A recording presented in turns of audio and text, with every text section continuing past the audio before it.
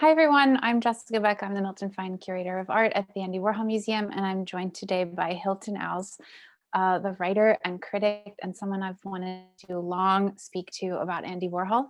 And for all of you who are not yet familiar with Hilton, I'll just provide a short bio.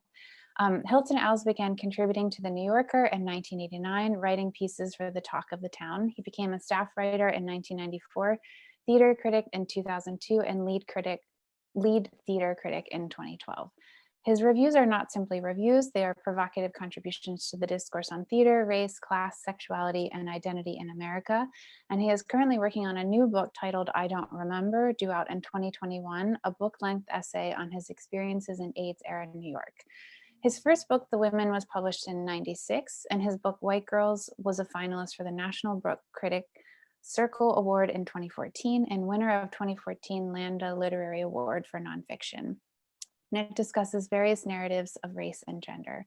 Als is the recipient of many awards, including the Guggenheim for Creative Writing, the George Jean Nathan Award for Dramatic Criticism, the Lambda Literary Trustee Award for Excellence in Literature, as well as the Wyndham Campbell Prize for Nonfiction. In 2017, Als won the Pulitzer Prize for Criticism, and in 2018, the Langston Hughes Medal. And in 2020, he was named as inaugural presidential visiting scholar at Princeton University for the 2020-2021 academic year. And Als is an associate professor of writing at Columbia University School of the Arts and has taught at Yale University, Wesleyan, Smith College, and he lives in New York City, where he is joining us today. Thank you for being here and having this conversation. And we're in November and we're still doing social distancing and staying from afar, but this is kind of one of the great things about Zoom, that now we can engage people like you on the collection and on Warhol's legacy, and it's sort of exciting, I think, in a way. Yeah, it is. I mean, I think it brings a different kind of intimacy to the proceedings, and it also it's weird because you don't feel that you're on, so it gives you a moment to pause and to reflect on what the question is and how you want to answer it. So, I, I've I've I've made my Zoom piece, but I'm so thrilled to be here. And when I was in Pittsburgh, I had such a great time, especially reading the catalog that was sent, which I thought was extraordinary. Oh, thank you. No, Yeah, it was I really one of the best catalogs I've received in so long, and so I'm singing your praises now. It just really, I thought it was so beautifully done inside and out. So. Oh, thank you. Mhm. Yeah, Hilton and I met, you and I met, I feel like I'm talking to a public, but we're not, we're talking to each other. We did meet, you came and spoke here in Pittsburgh at CMU, which feels like years ago, but was in February. Oh my God, it was only in February? Yeah. Wow. And so you came and spoke, and afterwards at the dinner, I got to speak with you a little bit about Warhol and sent you this Andy Warhol, My Perfect Body exhibition catalog that I curated in 2016. And I hoped that you would like it, because I feel like you have a particular take on Warhol that I think is really valuable. And that's one of the reasons why I wanted to talk to you today. And because I think we've gotten to a point with the scholarship, for me at least, where we can have this more expansive look at Warhol. And Yes. one of the ways in which you approach him, and you have approached him, is through this idea of the mother and this Yes. identification with women and women in Yes. his life. And so I guess I'm wondering, before I even dive too far into that, which I want to dive deep into, is when you first sort of got interested in Warhol. I feel like everyone has maybe their early Warhol That moment. moment. Yeah. So Well, I think it must have been, I think it was Warhol's self. No, it was actually, it must have been Warhol's self. I grew up in New York, mhm. and newspapers at that point were the it was the way that people had news. It wasn't television or anything streaming. And so often my father, who was a big newspaper reader, uh, um, the paper would be around, and there would be photographs of people hanging out at Studio 54 or around the city. And there was this person named Andy Warhol that I would see, and I was drawn to him because of his body language. It wasn't the Mm, wig, it wasn't any of that stuff, but it was such a completely queer posture and shape that I became very interested in how he managed to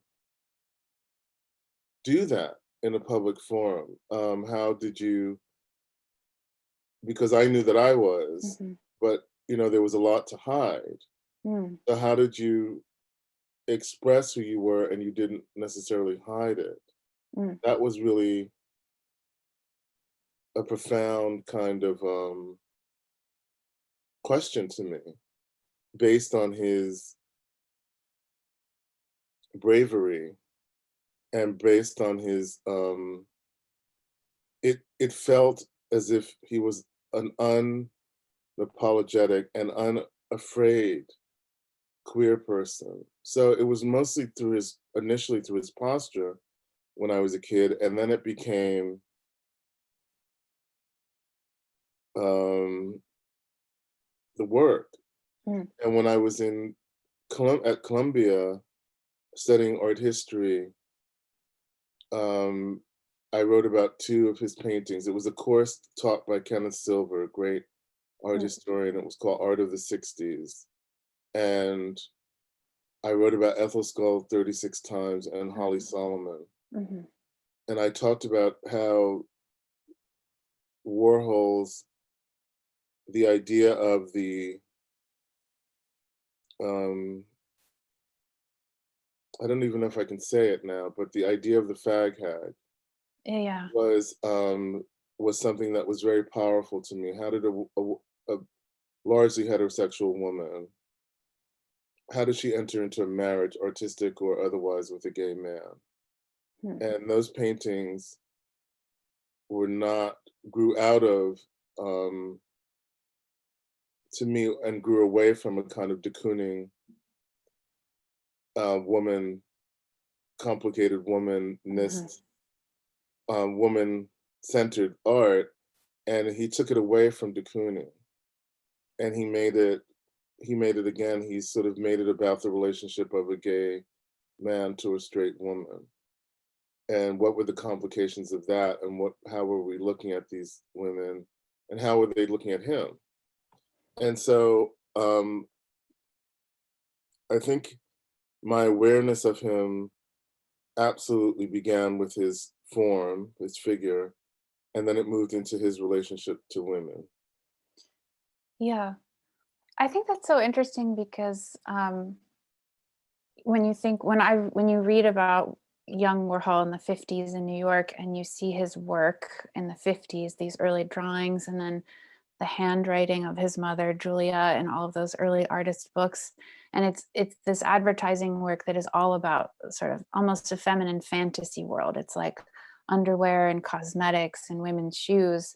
And then to think of him in the 80s and to remark again, because a lot of people write about and speak about how Warhol in that 50s moment was sort of, unapologetic about his queerness at a time when it was especially uh, there was a special stigma around it, especially in the center of the art world for him. So it's interesting to me that you still can read this on him in the 80s when you encountered him in New York, this idea of this Yeah, unapologetic, because by that point in his career, he's lived through so many different versions of who he's presenting to the world. yes, And when I think of him in the 80s, at least in photographs, um, and reading about him, it's interesting to think of him in that point as kind of layered with these different shields in a way. His undergarments are these yes, corsets for his yes, scarring post shooting, and he had the different like Yves Saint Laurent Warhol look, and then the leather jacket with the turtleneck. And so this kind of layering then of the camera and of the tape recorder and of like the Bloomingdale's bag, like, and then the wig. And so Yeah. it's interesting to think that even with all those layers of armor, in a way, he's still projecting this kind of unapologetic fearlessness around his Yes. sexuality, which Yes. I think And is also really he's using important. he's using those costumes really as a further expression of it. I don't think that it's almost as if he's using them as props to further italicize the fact and to project that this is who I am, and this is a kind of reckoning. The reckoning has to do with the other person, not with him. Mhm. He's resolved about who he is. And so how do you, what you do with it is your business. I mean, I Mhm. think that's the Duchampian trope Mhm. of Warhol, is that he declares without saying. So he makes a declaration, and you are not, it's up to you to question it, but he's making the declaration. Yeah. And it's interesting with context for that, to know that um,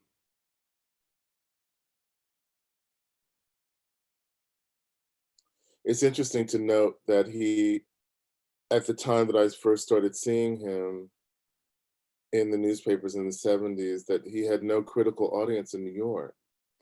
Do you remember, Jessica, um, it was many years that he was not reviewed in the New York Times, right? Yeah, it's so interesting. Like now we look at him and this, contemporary younger audience can think, oh, Warhol was famous and at the top of his game his entire career. And that's not true at all. And so the post-shooting Warhol, I think, is so fascinating because it's, in 1968, he spends many months recovering, and then he starts doing these commissioned portraits for years, and it's almost like he's getting back the exercise of painting through all these portraits that he starts doing. But those portraits for him opened up a whole audience in Europe and a whole collecting pool, like almost a social network for him in Europe at that time in the early 70s.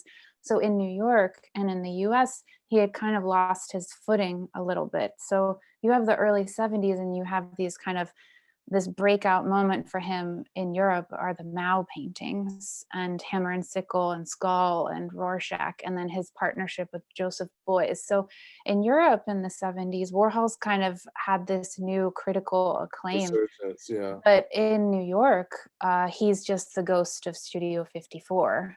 Mhm. So it is actually, and I want to talk to you about this too, it's this younger generation for him in New York that he latches onto through Basquiat, Herring, Schnabel, this like circle Yes. that then pivots him back into a sense of limelight in New York, and not necessarily, again, still not the reviews that he wanted. He's getting a lot of criticism for his partnership with Basquiat, but yeah, there's this whole period where he loses his footing in New York and Mhm. really is just seen as a celebrity or a brand. And Mhm. also a little bit, I would read it as, and you can tell me if this is what it felt like for you, but almost in a way of reaching borderline too far with mass media, like Right. the Love Boat episode, or Right. wanting to get into like Central TV or MTV, working with different bands like the Cars or Blondie, and then working with Amiga Computer, this kind of like really pushing the boundaries of getting maybe a little too close to commercial enterprise. Right. I think that I've always felt that those acts of more attention and more product was very aggressive on his part. That I think when you are marginalized for your being fey, and Mm-hmm. there's that whole discussion in popism about D'Antonio saying, that Jasper Johns and Rauschenberg don't like you because you're so you're so swish. Swish. Yeah. And he said it's not anything that he wanted to change about himself. That's a badge of honor. And I think that when you're marginalized in that way, you want to shove that back into down their throats. And for me, that sort of stepping over into a greater um, cheapness Hmm. of the brand, or Hmm. actually the middle Americanization of the brand, was a super aggressive act. It was sort of, and remember he was doing this, and I don't know if this has been picked up on, but he was doing this um, when Capote was doing it. Capote, who had Oh been a yeah. sort of lodestar for him as a young queer man coming to New York, Yeah. and he made these portraits and so on of Capote based on his writings and so on. Capote had made that big movie Murder by Death. He was constantly on the Tonight Show, and he was it was another queer infiltration of Middle America. And the more Capote got that attention, I would think that Warhol was probably pretty competitive person, especially in terms of how wise it was to take this queerness to Middle America. Mm.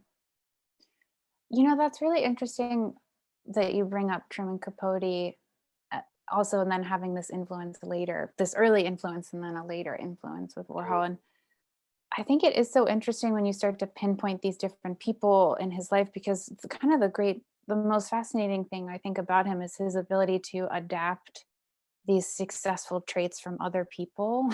He's almost constantly absorbing how other people are handling the media and how other people are mastering the media and mastering public image. And he's sort of sampled from it from all these different people throughout his entire life. Mhm. I've just been sort of interested in the early 60s moment recently with him and his friendship and working relationship with Marisol Escobar. And it's interesting to me to look at the early 60s persona that Warhol had in media, which was all kind of this shy, naive sensibility to his interviews, like, where do you come up with your ideas, Warhol? That kind Right. of question. And then saying, oh, I don't know, Bridget does all of my work, or Edie, or I'm not really sure how I make any of it. But um, in that early 60s moment, his first interviews, he's actually quite honest. And then there's a slight pivot by 1963 into 64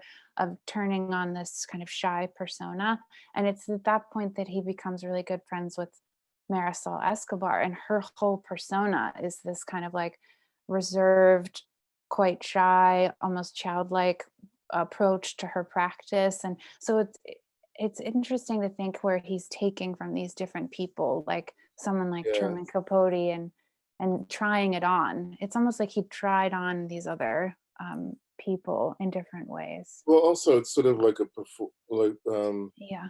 performers who will go into someone else's closet, so to speak, to find what it is that makes them appealing to another person. I know that Vanessa Redgrave, as a young actress, would study photos of Audrey Hepburn Mm. to see what it was that the camera liked about her face. And so I think for sure, Warhol's models, I mean, Capote was one of the few out role models for a gay Mm. man then. Hmm. And I think that their relationship that went on for off and on for decades, really, is something worth looking into at the museum. It would be a great show, Yeah. especially if you have those drawings from the books. And I remember that there was a portrait that Warhol did of Capote in the 50s as well, that Capote owned. It might be in the archives now or in Truman Capote stuff, but I think it's certainly a big connection in terms of not only out how to out yourself as a gay man in the 50s, but also how to commodify it in Hmm. the 70s.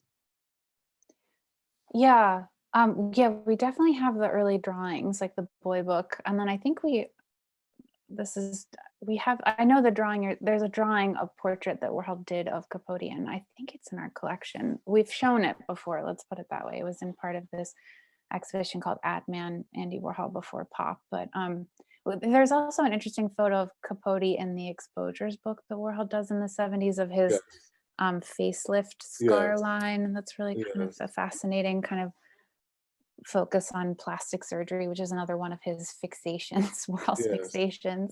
yes, Um, but I'm also just really fascinated by your take, and we can start maybe talking about this too, of Warhol as mother. I just find that to be such an interesting paradigm and access point to think about his relationship with working friendships, love interests, partnerships, collaborations, and yes, taking on this perspective as this feminine role and a nurturing role as yeah. well in a way to different people. So I'm wondering how you got to that. And it starts with, I have the Warhol Look catalog from 94, I think, or '97. Is that how long ago it was? It was a long time. Yeah. That's Donna DeSalvo's book, right? This one is Mark. Mark Francis and Marjorie King, but Yeah. Donna DeSalvo's was Success as a Job in New York, Yes, yes, the also a landmark yes. exhibition of Warhol work. Um, I think that one of the things that happened when I started really thinking about him was I was thinking about I'm sure I was thinking about the kids who I saw on the piers Mm, in um, New York and in the 80s, and a lot of people, can remember that from Paris is Burning. mhm. But I started to think about how they didn't have a home, Oh, and what if this is pre-LGBTQ center on West 13th Street, and what if they had nowhere to go? What was it like for Warhol's people to have a place to go? They had the factory. It was actually a place where, as you know, Billy Name slept, and people who didn't have conventional lives couldn't necessarily support themselves, um, to have a roof over their heads. And so I started thinking of it. And I think if I remember, there was a draft of it about this sort of more about the factory as a home clubhouse. And then I mm, was like, that's really hiding. It felt as if I was hiding behind what a man can do, which mm, is construct a building or a shelter. What was the emotional implications of him giving them a home? What was it? What was there behind Warhol saying things like, "I got a lot of mouths to feed. I got to bring home the bacon." yeah. Those were the remarks of a caretaker, of someone who was aware that the children needed to be fed. Mm, And I think that that was a big um, starting point for me, was his saying that, and his idea of family. mm, And if you have an idea of family, that means that you're willing to be the nurturer and you're mm, willing to be this disciplinarian at times. I think that he um, made a world in which he got to be mother, and could hide the fact that he was also the patriarch. mm. He could hide behind being swish and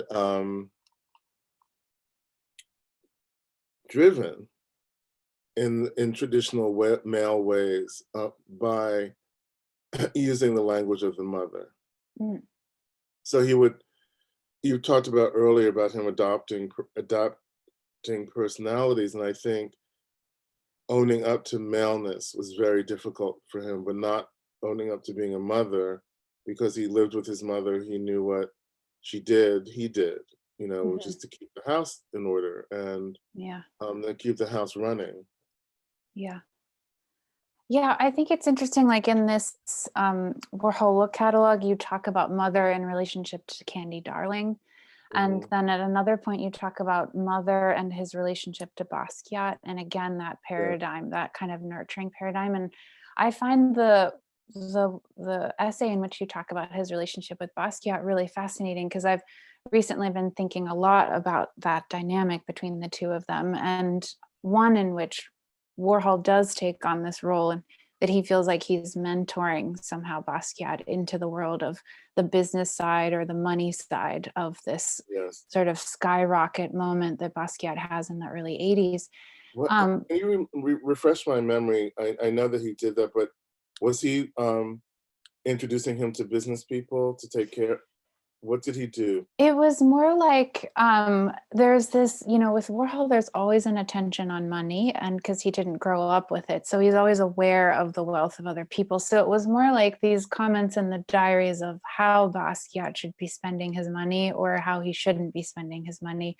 And then also this idea of how he should keep certain paintings, shouldn't sell everything, or sort of keep some of things back from some of the dealers that he's working with. But one conclusion that I've come to now after looking at a lot of the work, and we're putting up on doing a big rotation of Basquiat work in February at the museum, is Mm, I'm realizing it's Basquiat who teaches Warhol to paint again in the mm, 80s. Because it's mm, not until that moment with Basquiat that he starts painting on large scale again. He goes back to this hand painted process that he was using in the 60s. He even regurgitates some of these themes from the 60s of the body and plastic surgery and beauty, and then by the time you get to the Last Supper paintings, that's when this kind of personal political perspective, at least for me, starts to come back into his work, that I think yes. he's learning this language of personal political from Basquiat, and Warhol Do you think interprets that? that. Do you think that Warhol became frightened of painting at a certain point, I really past the think portraits? I think um I think that it cannot be that his shooting experience cannot be underestimated, and I think that the Trauma, trauma in his body, like body. physically, and I just think of the Because it wasn't intro. he was forever in pain after that, right? On I some version mean, of pain. yeah, he wore these, we have boxes and boxes of them at the archive of the Corsets. medical corsets that he wore every day after that. And I just think of the intro and the diaries when Pat Hackett is talking about the first few days that she was with Warhol after his shooting, and talking, as you're saying, about his body language and how awkward it was. And then at one moment, she realizes, oh, there's blood coming through his shirt because his stitches were still fresh. So I think this trauma with him in the body can't be underestimated. And I think the portraits were a way for him to get back into the painting. And I do think there was hesitation around large scale painting for him, hand painting, as opposed to the screen printed process, until he sees Basquiat doing it so freely. He comments pretty regularly in the diaries about how quickly Basquiat can work in the studio and how much energy he has. And so I do think Basquiat taught him to go back to hand painting again. I agree with you, and I think not only hand painting, but also to not be afraid of scale. And but on working with those guys in collaboration, do you get the sense that it was my sense when I look at those paintings is that it was a way for him to put himself forward, but to be protected Mm, by the male figure. That Basquiat and Clemente and all mhm. those guys were known pretty much as heterosexual people. Again, was he trying to understand how he felt about something through the protection of a male Yeah, figure? And that. so, with Mhm. in the diaries when he talks about that poor man who Joe Gould, John um, Gould. and he said he makes me feel Mm. that he's protecting me, and that it's like I'm on a real date and so on. So the Yeah. language is always about being the conventional woman, um, and um,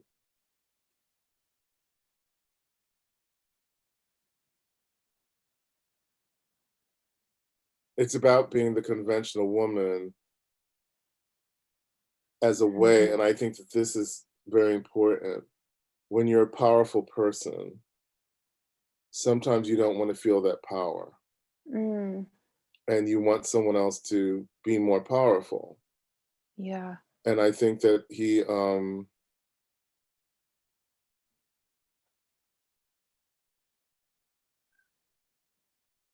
I think he wanted to feel that from a man.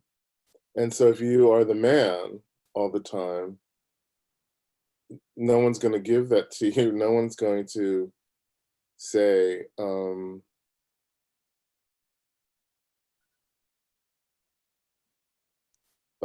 you mostly what people are going to say is that you don't need me, Mm. or I can't compete with that because you're so powerful. Mhm. But if you're demure and you're swish and you're holding back, it's also an invitation for someone to take over.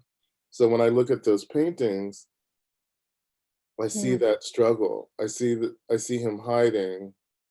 I see him wanting to be valor um, valorized in some way, but also protected.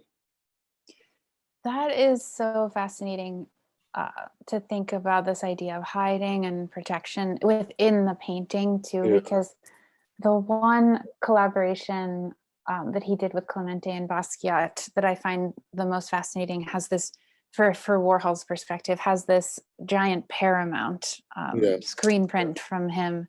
And John Gould, his late boyfriend, worked for Paramount Pictures. And it's almost like this message. Some of those paintings I read as these messages to John or about John, these symbols that reference him, but it's sort of hiding in this symbolism in the language, in the abstraction of that painting. But um, and it's protected in a way. It's almost like a secret message, I feel. And it's like you don't know where it comes from unless you know about this relationship that he had with John. And what I think is so interesting about that quote that you mentioned from the diaries, the other part of that is Warhol says, what's so great about John is that he can pass as right. straight. And Yeah, Warhol never had access to that. Like he was never able to fully pass. right. He And just that's why wasn't. I think he was attracted to people like John Giorno and who had been like straight Wall Street guys. And Yeah. similarly, again, back to Capote, Mm.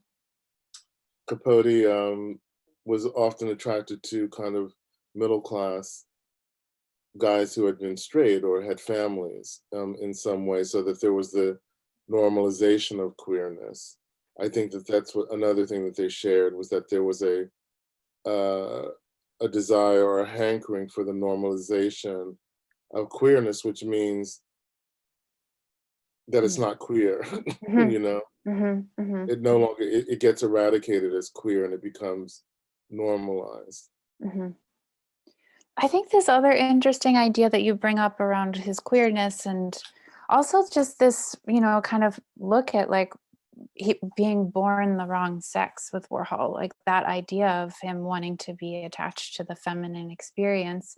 And I think you bring up this idea about fear around that, or fear of in this essay on this mother and connection with Candy Darling, that he respected fear more than anything else. I find that interesting because I've thought about Warhol in ideas of shame, and the shame attached to his religious upbringing and his Catholic faith, and the sort of shame around uh, his love relationships and the way in which he treated his love relationships publicly. I'm sort of interested in. So What the public his public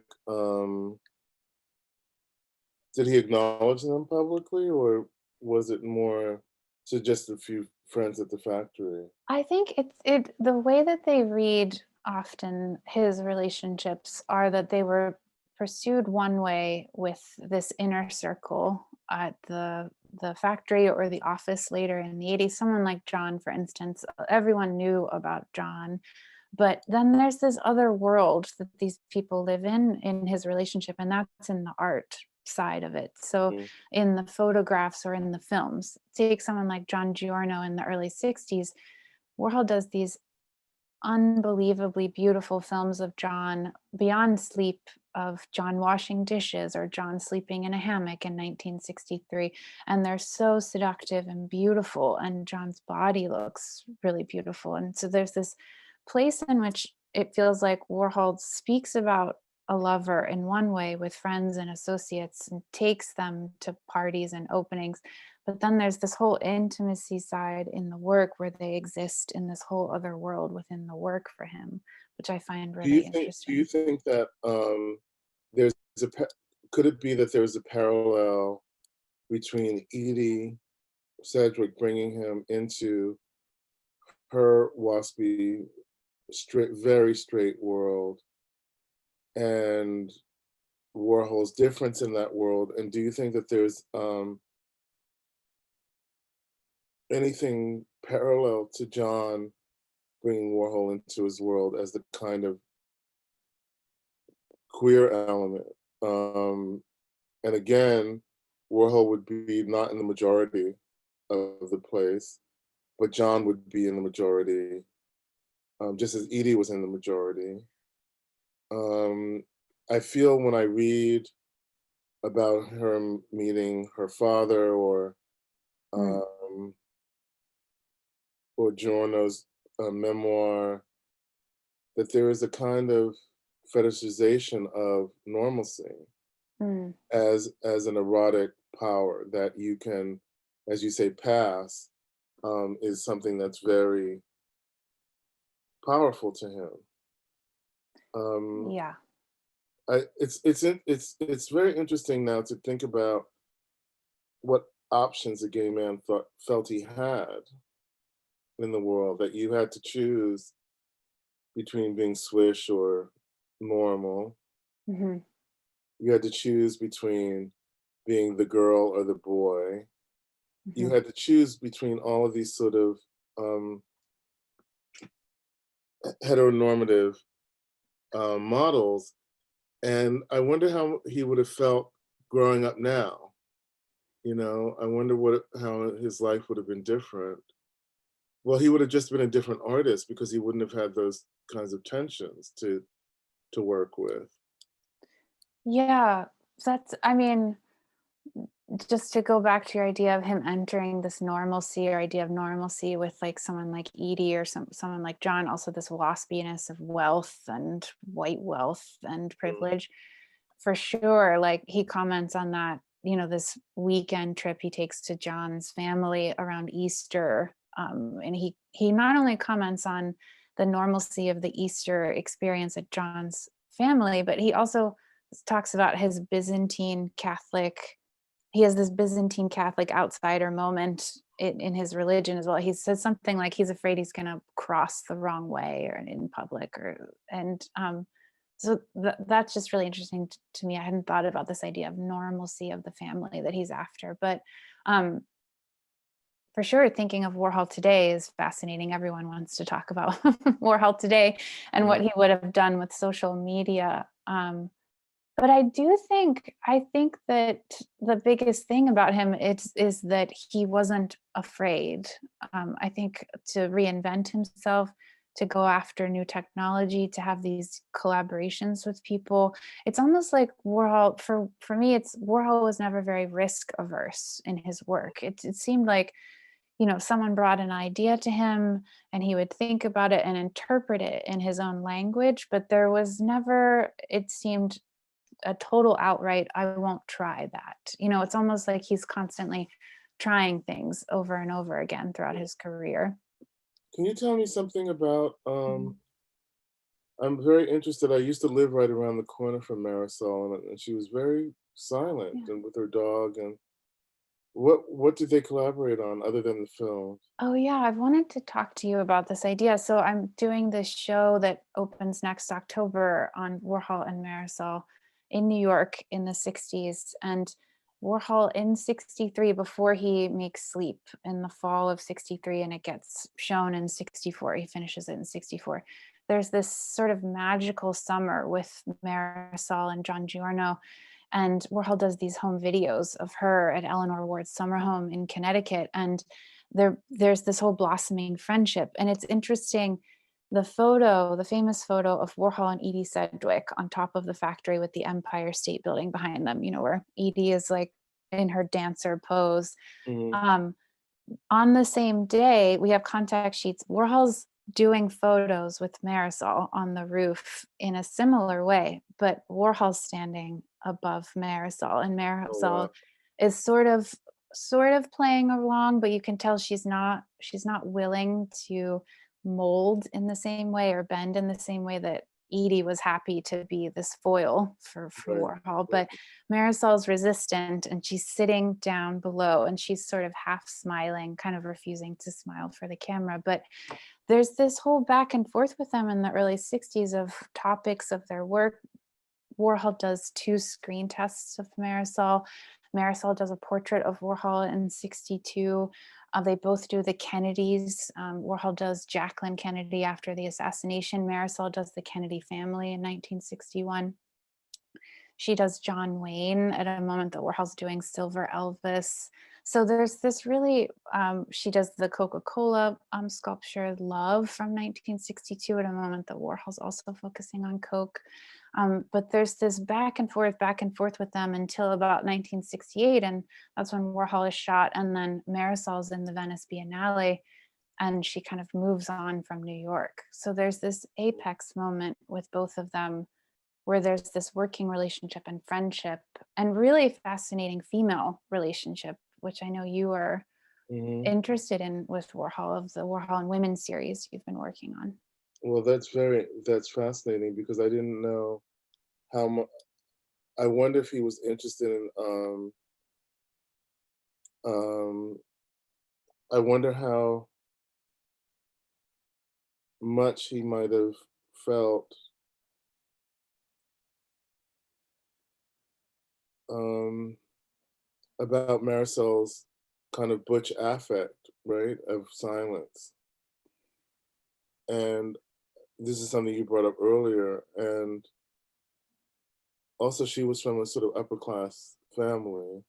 Mhm. Um, I wonder what it was that drew him to her and her to him. What's so fascinating is that many things, I think. Marisol has huge success kind of immediately. She gets a show with Leo Castelli in 1956 and has this great success for these bronzes that she makes. And then she goes to Italy, and she uses money from Leo. Leo's gallery, Leo Castelli, is funding new work, and she stays in Italy for 2 years, I think. And then she comes back to New York and sort of transforms the work into this pop assemblage sculpture practice. She has a show with Eleanor Ward, and Warhol meets her. It's the Stable Gallery. And there's this famous photo of the two of them both kind of wearing trench coats. But I Mm. think he comments he's fascinated by how photogenic she is and how beautiful and sort of um, inspiring I think she was, and how great she looked on camera. I mean, And that's also that usually they were both religious. both Catholic, and both had, I think, a sense of an outsider nature to them and a sort of self-madeness to them. Even though Marisol came from money, she's really made her own career in New York in a way. And I think some of Warhol's assimilation as well with his immigrant background. He is born in the US in Pittsburgh, but he drops the name, the A on his name, for instance, by the time he gets to New York, even before he gets to New York. But this idea of assimilating as well. Somehow Marisol slips into the sort of iconic American pop language in the Mhm. 60s. She navigates as well these inner art world circles in a way with a sort of sophistication I think that Warhol was looking for too. Well, it's very interesting that I think that religion would be something that they would connect over, and also this idea of being the weird woman, right? Yeah. That they would be. that they would connect over this idea of being the weird silent woman. And Maricel's silence was about grief about Hmm. her mother's suicide. And so then also had a very powerful relationship to the mother. Mm. So there were lots of parallels. I just never knew how they connected, you know, Yeah. initially. I'll have to send you a link of all these films. You can Oh, see them. please, They're please, really, really beautiful. please. Yeah. Um, yeah, I have to share that with you. Yeah, But I guess because we're almost coming up actually on almost an hour here. goodness. I know It's so fast. I did want to ask you, uh, oh, I wanted to ask you if you had ever met Basquiat. I think you referenced it at one I point did. somewhere. I Yeah. knew him from Brooklyn, and it was a girl who I wish I remembered her name, but he was, I think, staying with her in Brooklyn Heights. And I remember she used to give these parties in her little room, and I met him there. Hmm. And then the woman that I became very close to post high school um, was involved with him off and on for a number of years. So I think that, and I remember when he was becoming very successful, how much he wanted to please people. That's something that's not really Yeah. discussed. And I remember saying to him, "Why are you doing that for these people?" I remember he was very anxious about a party that my friend brought me to, and I just didn't think it was worth it, you know? Yeah. Yeah. That's really interesting because it does And it, I wrote the obit Mhm. in The Voice, which the Mm, Village Voice, and I think you can find it now. Like they're sort of trying to get the archives together, so okay. you can find it. Okay. That's so interesting because it does read that way a bit, from the history when you're looking at him in New York with the different galleries that he was working with, this tension between wanting to please the dealer and how much the dealer was asking for from him, and then being angry about it and sometimes destroying work or destroying the relationship with the dealer. And it's interesting to That see was him. um, you mean Anina Nozay? Yeah. Yeah. And then I think he also, on his trip to Italy, he had a show in Italy, and there was like a certain number of paintings he had to make in Italy for the show, and he sort of blew up the relationship again in this kind of anger over not wanting to do that many works, or this like stipulation that was put, a limit that was put on the relationship. Hmm. Um, yeah, the other thing I want to ask, because now I'm conscious of time and I've lost our flow of our back and forth about mother and women, and I suddenly became, oh wow, okay, time. But the other thing I'm really interested in is your new book that's coming out. Yes. And I just wanted to, I'm so fascinated by thinking about the AIDS era and Warhol in AIDS era Yes. and how he's been treated in that history and in the writing on him and in I that mean, but history. like everyone else, he was really terrified, right? And Yeah. I don't know what his actual sex was.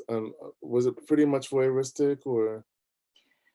The thing is that I think is difficult with it is that so many people have written that he was just a voyeur, but I really don't personally believe that. And his late boyfriend John Gould, do I know how much they were intimate or how they were intimate? Yeah, No, but I do know that they lived together. Like John lived on one of the floors in the townhouse, and that there was intimacy that you can see in the work, in the photographs. yeah. And so I do feel that there was some sort of actual physical intimacy. Do I know the extent of it? No, but I think that for me, this is a kind of full circle mhm, question because I met him. I met Warhol's work and self through newspapers, which of course he used in his early mm, work mhm, and throughout his career. And I was attracted to his queerness. And then he disappeared in the AIDS era that affected me, I was in the sort of second wave of that. Mm. He died, and then friends started dying after that. So my connection to him during the AIDS era is not as powerful Mhm. as it had been prior to that. And but I never thought of him as part of a gay group, Mhm. so I never, even though there were many gay men dying, I thought of them collectively and emotionally powerfully as one body. And because Warhol was one body unto himself, Mhm. I never associated that with him. And also going back to fear, what we talked about, his fear, I don't think I want to think about him in that context because I don't want to know what he would have done had he survived in the crisis. Yeah. Yeah. I think he was so fearful of his, I mean, quite rightly, fearful of his health and fearful of being hurt. Yeah. And I mean, the other part of the fear, I think for him, at least the way it reads and the way he speaks about it, is this judgment, and the judgment that was carried with socially, that was carried with AIDS in that moment in the media, that it's this curse from God in some way. And Well, I think, it was also the further stigmatization of queerness, which he had felt mhm, from the very beginning. mhm, And I think my guess would have been that he would have fled further from that because he had been so stigmatized from childhood. mhm, And so mhm, I think that is a very um, powerful supposition that we can't really make mhm. because he wasn't here. But my feeling is that he would have been very wounded by queerness being stigmatized further, and how much he would have stayed in that or fled from that or made art about that, we don't know. Yeah, yeah, yeah. I mean, that's where I find it fascinating to think about those final works of his final Yeah. Last Supper with the advertisement paintings mixed into them. Well, Those also ones, the oxidation paintings, I think, were very powerful to me. yeah, Also, when he started to represent people of color more in the paintings, ladies and yeah, gentlemen, and works like that, not just Armand's wife, but a different kind of strata of society. hmm, I think that there was an opening up for sure, but I think you're right. Post shooting, it was, how do I preserve myself? How do I hmm, continue to make a home hmm, and not endanger myself? hmm, yeah. Well, I guess I wanted to ask too, and in a way, I have two sort of final questions. One is, what are your thoughts on current Warhol literature or exhibition, how he's being presented and preserved in the legacy? If you find it to be a productive space, or maybe, in this essay um, that you wrote about Mother and Basquiat at the beginning, you talk about the repetition in the writing, in the stories, in the way that we approach Warhol. And I find that really fascinating because I still think that repetition exists to a certain degree. There are moments where I think it's starting to expand, but I'm just wondering what your take is on that, because you have such Oh, a unique angle into Warhol that I find really productive. I think that I was glad that Donna did her show. I think it exposed people to a way broader range Mhm, of um, material that people would not have been necessarily as in touch with mhm, had they just seen things in books or whatever. And yeah, so that was great. And I think that your book really was one of the first mm, examples of clarity and a breath of fresh air. So at the risk of embarrassing you further, I think that your catalog for the exhibition was something that was very different and unique, and also just alive with information, but also um, what a curator should do, which is to dream a little bit and not know. I think for sure your catalog was one of the better things I've read in years. Oh, thank you. Hmm. Hmm. Thank you. You're welcome. That means a lot. That means a lot. Thank you so much. Because it was sort of dreaming a bit and taking some license and just looking at the work, trying to Yeah, look at I the think work differently. we don't. I mean, we don't know, and they're not here to tell us. So, Yeah. so Yeah. I think that that's fair. You know. Um, my final question for you is, as a creative person, as a writer and a critic and just a creative human, how you're being creative now, and if you have strategies or rituals that you have for yourself in this, new world that we're living in, or if you're being protective of your I think work creativity. is the ritual that can Yeah. kind of keep you not nuts. And I've been blessed to be working on long range projects that really mean a lot to me. And I love developing them in this quiet where you don't have to have lunch every 5 minutes with someone. Yeah. Yeah. It's been very helpful to me. Of course, it's very lonely making too because you're not working all day. But I find that it has been a kind of second chance to really reevaluate what I've been doing, and it gives me time to reflect on that, on the Yeah. possibilities of everything. Yeah. Okay, great. I hope Well, that's been helpful. yeah. Well, thank you so much for, I don't know, this conversation was really enriching for me, and I've long wanted to talk to you about Warhol, and I feel really grateful to have this Oh, I'm so glad that it was helpful, and Zoom conversation with you. anytime. And Yeah, really continue your good work. That book is yeah. really good. Oh, thank you. Thank Yeah, you. Well, yeah. I'll be following up and send you some Marisol Okay, material. good. But thank you so much, Hilton, and thanks for taking this time to talk And I'm with happy to us. come And up anytime. I'd love to yeah, see you again. you're Yeah. you're you're welcome all the time. So Okay. okay, okay. Thank you. Bye Bye. bye.